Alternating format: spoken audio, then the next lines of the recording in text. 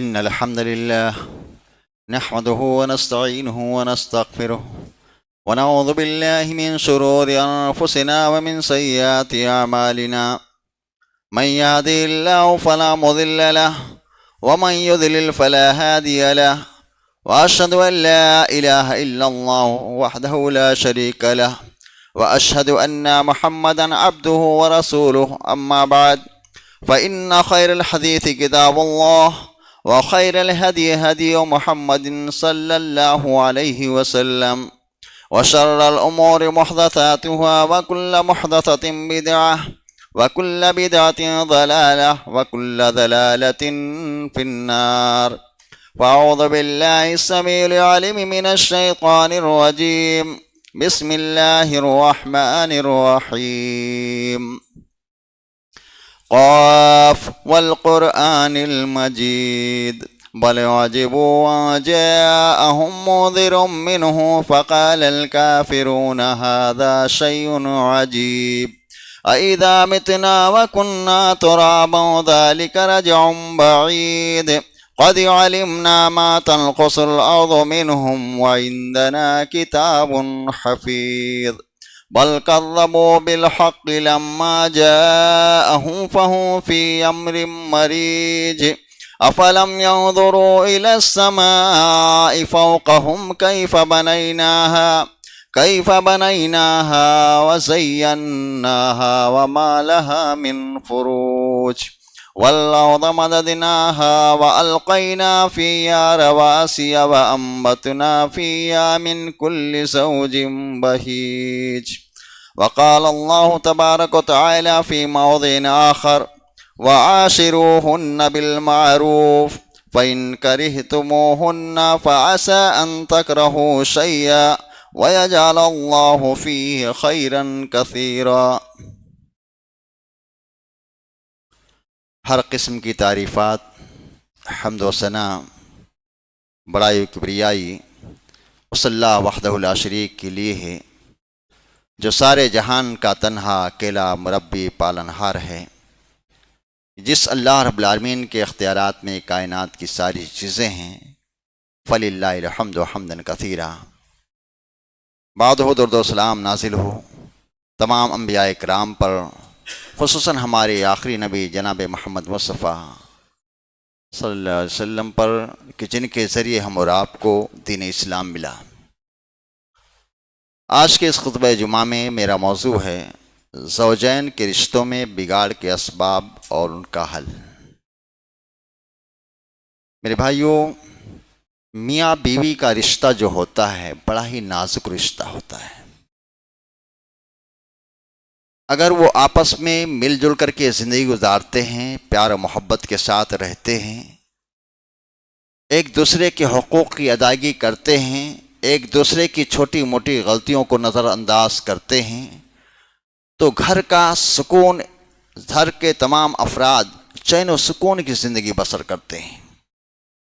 اور اگر میاں بیوی کے رشتوں میں بگاڑ ہوتا ہے، چھوٹی چھوٹی باتوں پر ایک دوسرے سے لڑنے اور جھگڑنے لگتے ہیں، چھوٹی چھوٹی باتوں پر ایک دوسرے کو گالی گلوچ دینے لگتے ہیں، تو ایسی صورت میں اس کا سب سے بڑا نقصان تو یہ ہوتا ہے کہ گھر کا سکون غارت و برباد ہو جاتا ہے. ساتھ ہی ساتھ اس کا سب سے بڑا اثر جو پڑتا ہے ان کی اولاد پر پڑتا ہے، کیونکہ بچے اپنے ماں باپ کو جب اس طرح سے لڑتے جھگڑتے دیکھتے ہیں صبح و شام کہ میرے ماں باپ آپس میں لڑتے ہیں، جھگڑتے ہیں، ایک دوسرے کو گالی گلوچ دیتے ہیں، الٹی سیدھی باتیں بکتے ہیں، تو بچوں کا دل ٹوٹ جاتا ہے، بڑے پریشان ہو جاتے ہیں.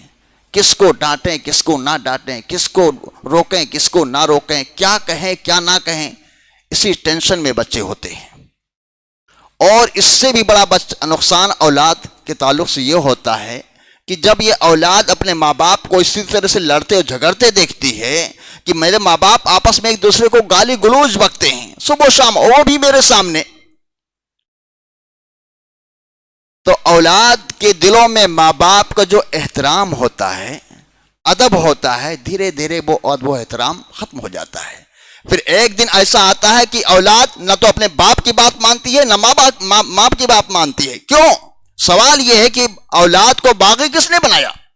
ماں باپ ہی نے بنایا۔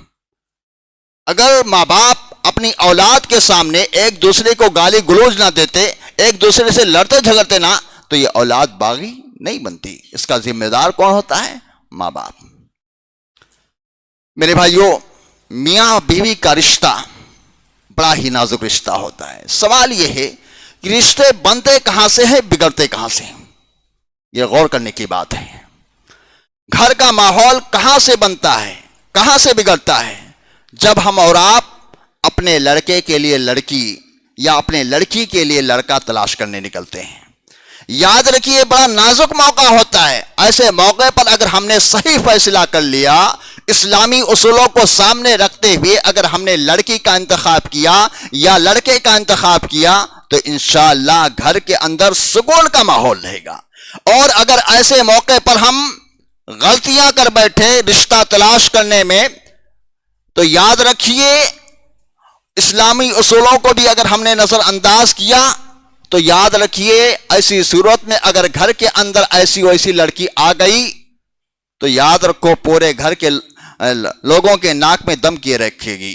اور اگر ہم نے ایسے موقع پر اپنی لڑکی کے لیے رشتہ تلاش کیا، لڑکے کو لے آئے، ایسا ویسا داماد لے آئے جو بڑا ہی بد اخلاق، بڑا ہی کردار، بات بات پر گالیاں دینے والا، بات بات پر طلاق کی دھمکی دینے والا، تو ایسی صورت میں آپ کے گھر کا سکون غارت ہو جائے گا، آپ کی زندگی کا ہر پل عذاب بن جائے گا لڑکی کی فکر کو دیکھ کر کے۔ تو یاد رکھیے میرے بھائیوں، ہمارا مسئلہ یہ ہے آج کے دور میں کہ جب رشتوں کے انتخاب کا وقت ہوتا ہے، تو رشتوں کے انتخاب کے وقت دین کو نظر انداز کیا جاتا ہے، اخلاق کو نظر انداز کیا جاتا ہے۔ محض دنیا دیکھ کر کے، روپیہ پیسہ دیکھ کر کے، مال و دولت دیکھ کر کے، حسب و جمال، حسب و نسب کو دیکھ کر کے، خوبصورتی کو دیکھ کر کے ہم رشتہ کر بیٹھتے ہیں۔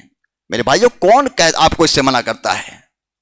آپ ایسے موقع پر حسب و نسب دیکھیں، مال و دولت دیکھیں، روپیہ پیسہ دیکھیں، ڈگری دیکھیں، عہدہ دیکھیں، سب کچھ دیکھیں۔ شریعت اسلامیہ کہتی ہے کہ ایسے موقع پر دو چیزیں دیکھنا مت بھولو، ایک ہے دین، دوسرا ہے اخلاق۔ پیارے نبی صلی اللہ علیہ وسلم نے ارشاد فرمایا، تنکح المرأۃ لاربع، عورت سے جو شادی کی جاتی ہے 4 چیزوں کو سامنے رکھ کر کے کی جاتی ہے۔ اس کے مال کو دیکھا جاتا ہے، اس کے حسب و نسب کو دیکھا جاتا ہے، اس کی خوبصورتی کو دیکھا جاتا ہے، اور چوتھی چیز اس کے دین کو دیکھا جاتا ہے۔ اس کے دین کو دیکھو۔ اگر لڑکی خوبصورت نہیں ہے کوئی بات نہیں، اعلیٰ خاندان کی نہیں ہے کوئی بات نہیں، مال و دولت والی نہیں ہے کوئی بات نہیں، اگر دیندار ہے تو دیندار لڑکی کو ترجیح دو۔ اس کا فائدہ کیا ہوگا؟ جب دیندار گھر میں لڑکی آئے گی، گھر کا سکون بڑا ہی خوش بخت ہوگا، بڑا ہی خوشگوار ہوگا، کیونکہ دیندار لڑکی جب گھر کے اندر آتی ہے، روزانہ اٹھتی ہے، صوم و صلات کی پابندی کرتی ہے، روزانہ اٹھتی ہے، قرآن پاک کی تلاوت کرتی ہے، اور ساتھ ہی ساتھ نماز کی ادائیگی کرتی ہے، تو گھر کے اندر اللہ کی برکتیں نازل ہوتی ہے۔ اور دیندار لڑکی جو ہوتی ہے، اس کا فائدہ یہ ہوتا ہے کہ ہر ایک کے حقوق کی رعایت کرتی ہے، چھوٹے کا پر شفقت کرتی ہے، بڑوں کا ادب و احترام کرتی ہے، کسی سے لڑتی جھگڑتی نہیں ہے۔ تو ایسے موقع پر اللہ کے نبی نے کہا، فرض پر بذات الدین، دیندار لڑکی کو ترجیح دو۔ اسی طرح سے اللہ کے نبی نے ایک دوسری حدیث میں فرمایا، اذا جاءکم من ترضون دینہ وخلقہ فزوجوہ، کہ جب تمہارے پاس کوئی شخص ایسا شادی کا پیغام لے کر کے آئے، تمہارے لڑکے کے لیے شادی کا پیغام لے کر کے آیا ہے، لڑکی بڑی دیندار ہے، اخلاق والی ہے، یا تمہارے لڑکی کا پیغام دینے والا کوئی آیا ہے لڑکی کو پیغام دینے کے لیے، جو لڑکا آیا ہے وہ دیندار ہے، اخلاق والا ہے، پیارے نبی صلی اللہ علیہ وسلم نے فرمایا کہ اگر ایسا معاملہ ہے، اس کے دین و اخلاق سے تم راضی ہو، معاملے کو آگے بڑھاؤ، بسم اللہ کہو، معاملے کو آگے بڑھاؤ۔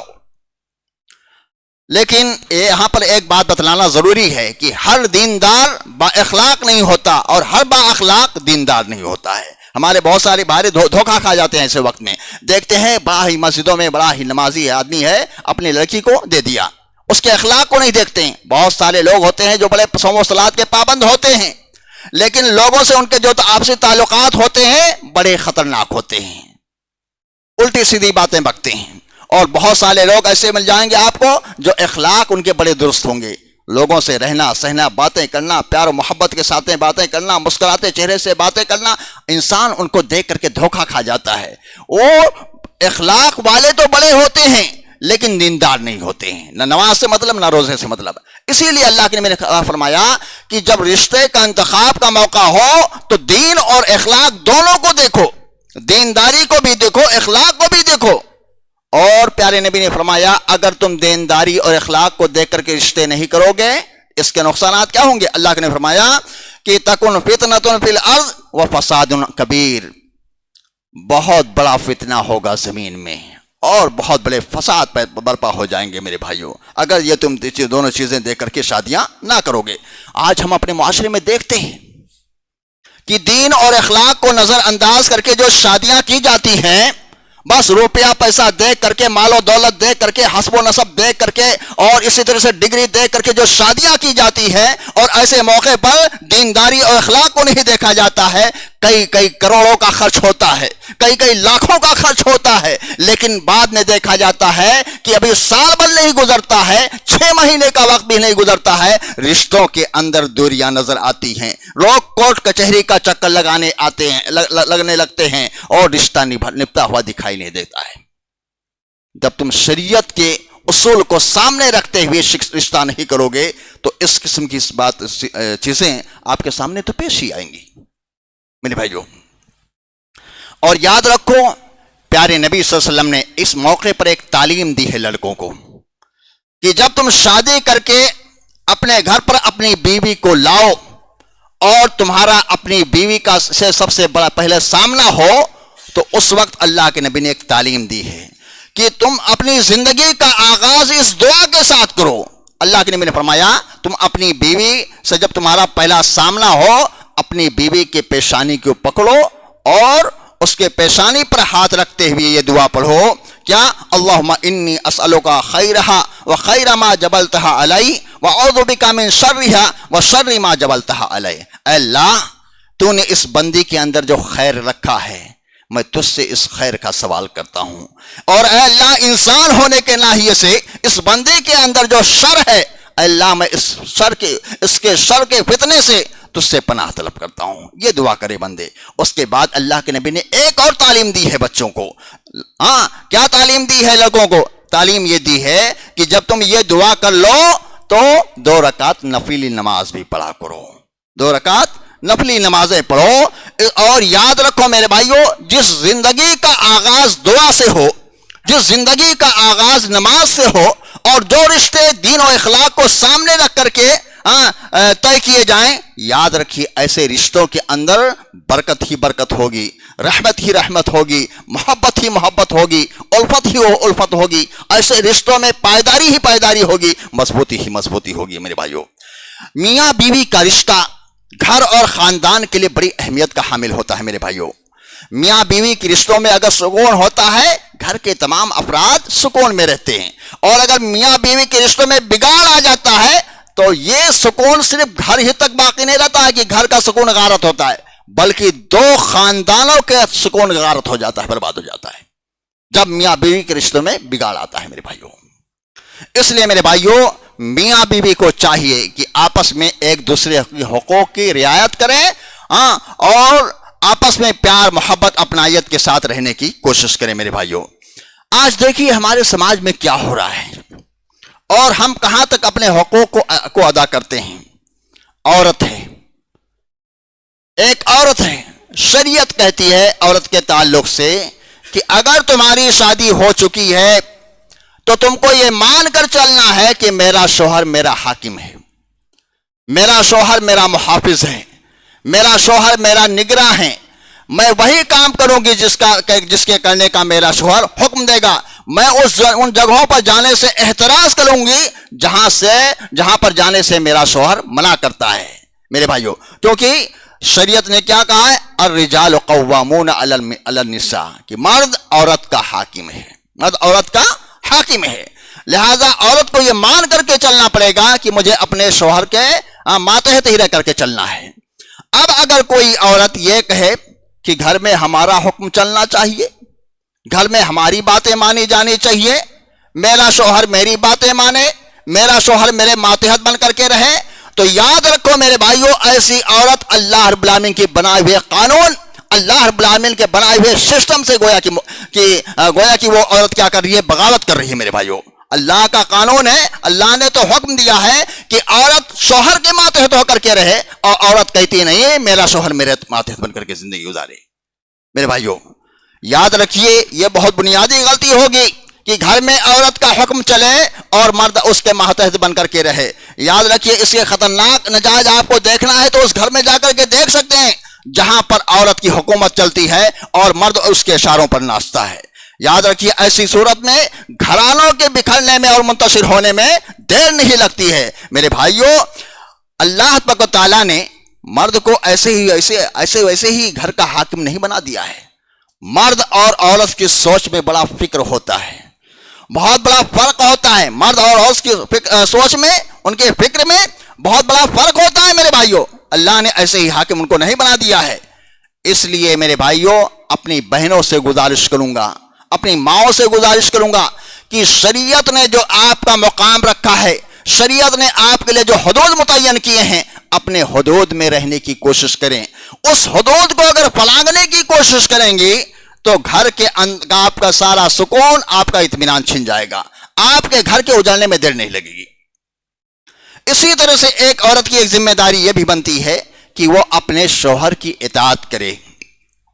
سنن نسائی کی روایت ہے، اللہ کے نبی پاک صلی اللہ علیہ وسلم سے سوال کیا گیا، اے اللہ کے رسول پاک صلی اللہ علیہ وسلم یہ بتلائیے کہ عورتوں میں سب سے اچھی عورت کون ہے؟ اللہ کے نبی پاک صلی اللہ علیہ وسلم نے فرمایا التی تسرہ اذا نظر، کہ جب اس کا شوہر اس کو دیکھے تو اسے خوش کر دے۔ بعض عورتوں کی عادت ہوتی ہے جو بڑی غلط طبیعت کی حامل ہوتی ہیں کہ جب غیروں سے باتیں کرتی ہیں بڑی مسکرا کر کے باتیں کرتی ہیں، بڑی اپنائیت کے ساتھ باتیں کرتی ہیں، لیکن جیسے ہی شوہر گھر پہ آتا ہے اپنے چہرے کو بسوڑنے لگتی ہیں۔ ایسا نہیں ہونا چاہیے۔ پیارے نبی صلی اللہ علیہ وسلم نے فرمایا کہ سب سے افضل عورت وہ ہے کہ جب اس کا شوہر اس کو دیکھے تو اسے خوش کر دے، وَتُطِيعُهُ إِذَا أَمَرَ، اور جب اس کا شوہر کسی کام کو کرنے کا حکم دے تو اس کو فوراً بجا لائے، وَلَا تُخَالِفُهُ فِي نَفْسِهَا وَمَالِهَا بِمَا يَكْرَهُ، اور اپنے نفس اپنے مال میں اپنے شوہر کی مخالفت نہ کرے۔ میرے بھائیو، ہاں البتہ کوئی بات ایسی ہے کہ اگر کوئی شوہر ایسا ہے جو اپنی بیوی کو معصیت کا حکم دیتا ہے، یعنی شادی ہوئی 2-4 سال اللہ نے اولاد سے نہیں نوازا، اب شوہر کہتا ہے اپنی بیوی سے جاؤ فلاں قبر پر چادر چڑھا کر کے آؤ، جاؤ فلاں آستانے پر وہاں سے تعویذ لکھوا کر کے آؤ، جاؤ فلاں آستانے پر وہاں پر اولاد مانگ کر کے آؤ، تو ایسی صورت میں بیوی اپنے شوہر کی بات کے اطاعت نہیں کرے گی۔ اللہ کے رسول فرماتے ہیں لا طاعت لمخلوق فی معصیۃ الخالق، کہ کسی مخلوق کی اطاعت نہیں کی جائے گی ایسی چیزوں میں جس میں اللہ کی معصیت ہو رہی ہو، اللہ کی نافرمانی ہو رہی ہو۔ میرے بھائیو، عورت کی اطاعت اور فرما برداری کا اصل امتحان کب ہوتا ہے؟ عورت کی اطاعت اور فرما برداری کا اصل امتحان اس وقت ہوتا ہے جب شوہر کوئی ایسی بات کہے جو بیوی کی مرضی کے خلاف ہو۔ بیوی کہہ رہی ہے مجھے آج میکے جانا ہے، شوہر کہہ رہا ہے نہیں آج نہیں کل جاؤ۔ بیوی کہہ رہی مجھے اسی ہفتے میکے جانا ہے، شوہر کہہ رہا ہے نہیں اس ہفتے نہیں اگلے ہفتے ہم آپ کو جا کر کے چھوڑ آئیں گے۔ اگر بہت زیادہ ارجنٹ نہیں ہے تو عورتوں کو چاہیے کہ اپنے شوہر کی بات کو مان لے، اس سے دونوں میں پیار محبت اپنائیت چاہت برقرار رہے گی، کیونکہ شوہر آپ کو ایسے ہی نہیں منع کر رہا ہے، کسی وجہ سے آپ کو منع کر رہا ہے۔ اور شوہر کو بھی چاہیے ایسے موقع پر کہ اگر بہت زیادہ ارجنٹ ہے، بیوی کی ماں ہے بیمار ہے بیچاری، زندگی اور موت کے درمیان میں ہے، کہہ رہی ہے مجھے میکے جانا ہے، آپ کہنے نہیں جانا، یہ درست نہیں ہے۔ آپ اپنے اختیارات کا غلط استعمال مت کریں۔ اللہ نے آپ کو جو اختیار دیا ہے اپنے اختیارات کا غلط استعمال مت کریں۔ ایسے موقع پر آپ کا فرض بنتا ہے کہ اپنی بیوی کو اجازت دے، خود لے آ کر کے اس کے میکے چھوڑ کر کے آئے۔ میرے بھائیو، پیارے نبی صلی اللہ علیہ وسلم حق اطاعت کی طرف اشارہ کرتے ہوئے اللہ کے نبی نے فرمایا کہ اگر غیر اللہ کے لیے سجدہ کرنا جائز ہوتا تو میں عورت کو حکم دیتا کہ وہ اپنے شوہر کو سجدہ کرے۔ اسی طرح سے فرما بردار عورت کی کتنی بڑی فضیلت حدیث کے اندر بیان کی گئی ہے۔ اللہ کے نبی فرماتے ہیں اذا صلت المرأة خمسها وصامت شهرها وحسنت فرجها واطاعت زوجها قیل لها ادخل الجنة من ای ابواب الجنة شئت، کہ جب کوئی عورت 5 وقت نماز کی ادائیگی کرے اور ساتھ ہی ساتھ رمضان کے روزے رکھے، اپنے عصمت و عفت کی حفاظت کرے اور اسی طرح سے اپنے عورت کی اطاعت و فرما برداری کرے، اپنے شوہر کی اطاعت و فرما برداری کرے، اپنے شوہر کی بات کو مانے، تو اللہ کے نبی نے فرمایا قیل لہا، قیامت کے دن اس سے کہا جائے گا ادخل الجنت من ای ابواب الجنت شئت، تو جنت کے اندر چلی جا، جس دروازے بھی سے بھی داخل ہونا چاہتی ہے تو جنت کے اندر چلی جا۔ یہ قیامت کے دن اللہ رب العالمین ایسی عورت کے تعلق سے کہے گا۔ تو وہ عورت جو اپنے شوہر کے اطاعت و فرما برداری کرتی ہے، یقیناً اس کے لیے بڑی ہی خوش نصیبی کی بات ہے کہ اللہ رب العالمین قیامت کے دن اس کو اس طرح سے اجازت دے گا۔ اسی طرح سے بیویوں کی ایک ذمہ داری یہ بھی بنتی ہے کہ وہ اپنے عصمت و عفت کی حفاظت کریں۔ بیوی کی جو عزت ہے، اس کی جو عصمت ہے اور اس کی جو آبرو ہے، یہ اس کے شوہر کا حق ہے۔ اگر شوہر کسی کام پر گیا ہوا ہے تو بیوی کی یہ ذمہ داری بنتی ہے کہ اپنے عصمت و عفت کی حفاظت کرے اور اپنے عصمت و عفت کی حفاظت کے ساتھ ساتھ اپنے گھر کی نگرانی کرے، اپنے گھر کے ماحول کو بنائے رکھے۔ یہ بیوی کی ذمہ داری ہوتی ہے۔ اللہ کے صلی اللہ علیہ وسلم فرماتے ہیں وَالْمَرْأَةُ رَاعِيَةٌ فِي بَيْتِ زَوْجِهَا وَهِيَ مَسْئُولَةٌ عَنْهَا، کہ عورت اپنے گھر کی نگہبان ہے اور قیامت کے دن اس تعلق سے کیا ہے، سوال کیا جائے گا۔ اسی طرح سے ایک مثالی عورت کا کردار یہ ہوتا ہے کہ اپنے شوہر کی کمزوریوں کا چرچا نہیں کرتی ہے، اپنے شوہر کی کمزوریوں پر حتی الامکان پردہ ڈالنے کی کوشش کرتی ہے، اپنے شوہر کی کمزوریوں کو پر گھر ہی کے اندر اس کی اصلاح کرنے کی کوشش کرتی ہے۔ میرے بھائیوں، اپنے شوہر کی کمزوریوں کو جا کر کے بہن سے بولنا، ماں باپ سے بولنا، رشتہ داروں سے بولنا، آس پڑوس کے لوگوں سے بولنا، میرا شوہر ایسا ہے، میرا شوہر ایسا ہے، میرا شوہر ایسا کرتا ہے، میرا شوہر ایسا کرتا ہے، یہ کسی بھی صورت میں مناسب نہیں ہے۔ ایک تو اس سے دوسروں کو ہنسنے کا موقع ملتا ہے، اور دوسرا یہ کہ آپ اپنے شوہر کی کمزوریوں کو بیان کر کے سمجھتی ہیں ہم بہت بڑا کام کر رہی ہیں، حالانکہ اپنے شوہر کی کمزوریوں کو بیان کر کے آپ اپنے لیے ذلت اور رسوائی کا سامان فراہم کرتی ہیں، کیونکہ وہ کچھ بھی ہے، وہ تمہارا شوہر ہے۔ اس کی کمزوریوں کو لوگوں کے سامنے بیان کرو گی تو اس کا نقصان کیا ہوگا کہ ایک تو شوہر کے دلوں میں جو تمہارے لیے تھوڑی بہت عزت ہے وہ بھی ختم ہو جائے گی، اور دوسری بات یہ ہے کہ معاشرے کے اندر جس طرح سے تمہارا شوہر ذلیل ہو رہا ہے تم بھی ذلیل ہوگی، کیونکہ کہنے والے یہی کہیں گے وہ فلاں کا شوہر ہے، فلاں کا آدمی ہے، وہ جا رہا ہے، وہ ایسا ہے، وہ ایسا ہے۔ اور میرے بھائیوں یاد رکھیے، پیارے نبی صلی اللہ علیہ وسلم نے جب عام مسلمانوں کی کمزوریوں کو چھپانے کا حکم دیا ہے، کیا کہا اللہ کے نبی نے؟ من ستر مسلما سترہ اللہ فی الدنیا والآخرہ، جو شخص کسی مسلمان کے عیبوں کی پردہ پوشی کرے گا، اللہ تعالیٰ قیامت کے دن اس کے عیبوں کی پردہ پوشی فرمائے گا۔ اب ایک عام مسلمان کے سلسلے میں یہ حکم ہے، تو اگر کوئی عورت اپنے شوہر کی کمزوریوں کی پردہ پوشی کرے گی تو یقیناً اللہ تعالیٰ قیامت کے دن اس کے بہت ساری کمزوریوں کے پر اللہ رب العالمین پردہ ڈال دے گا۔ میرے بھائیوں، اسی طرح سے خواتین کے اندر ایک بڑی کمزوری پائی جاتی ہے، وہ ہے ناشکری۔ اللہ کے رسول پاک نے جب یہ بات بیان فرمائی کہ جہنم میں سب سے زیادہ میں نے عورتوں کو دیکھا، تو صحابیات نے سوال کیا وہ بیما یا رسول اللہ کے رسول پاک کس وجہ سے عورتیں سب سے زیادہ جہنم میں جائیں گی؟ تو اللہ کے رسول پاک نے فرمایا تکثرن اللعن وتکفرن العشیر، کہ تم لعن طعن بہت زیادہ کرتی ہو، تم 2 گناہ بہت زیادہ کرتی ہو، ایک تو اپنی اولاد پر لعن طعن بہت زیادہ کرتی ہو۔ ماؤں کو دیکھا جاتا ہے ذرا سی بات پر بچے سے ناراض ہوئی، بچے نے کچھ گرا پڑا دیا، ارے تو مر کیوں نہیں جاتا، تجھ سے جان چھوٹ جائے، تیرا ہاتھ پیر ٹوٹ جاتا ہے، ایک اپاہج ہو کر کے بیٹھ جاتا، کتنا اچھا ہوتا ہے، تیرا ستیہ ناش ہو جائے، اس قسم کے الفاظ کہنے لگتی ہیں۔ ماں باپ کی دعاؤں میں بڑی تاثیر ہوتی ہے۔ پیارے نبی صلی اللہ علیہ وسلم نے فرمایا ہے لا تدعوا علی انفسکم، اے لوگوں اپنے آپ پر بددعا مت کیا کرو، اسی طرح سے ولا تدعوا علی اولادکم،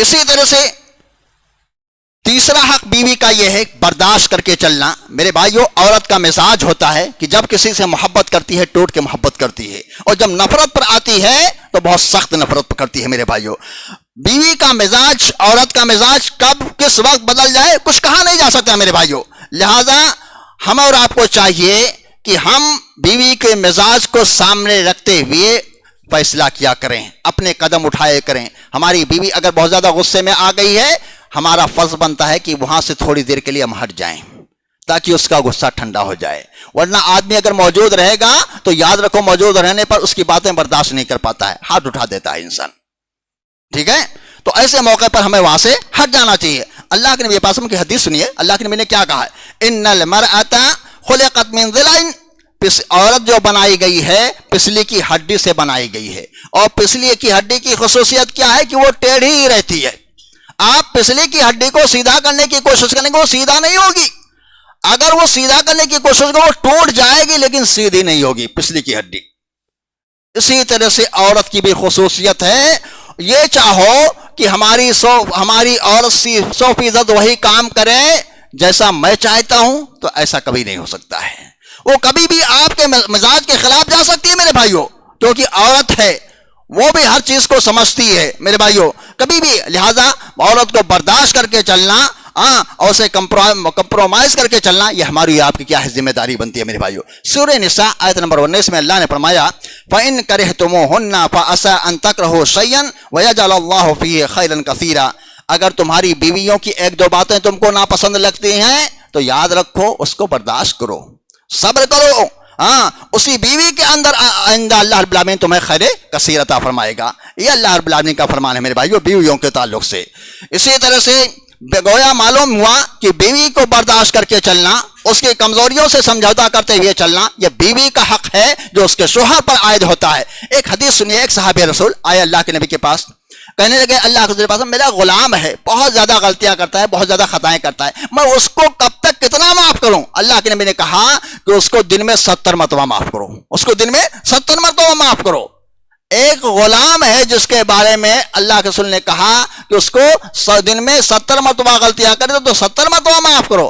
آج سوچنے کی ضرورت ہے ہم اور آپ اپنے بیویوں کی کتنی غلطیوں کو معاف کرتے ہیں میرے بھائیوں. وہ تو نوکر ہے جس کے بارے میں اللہ کے نبی نے حکم دیا ہے، یہ تو ہماری بیوی ہے میرے بھائیوں.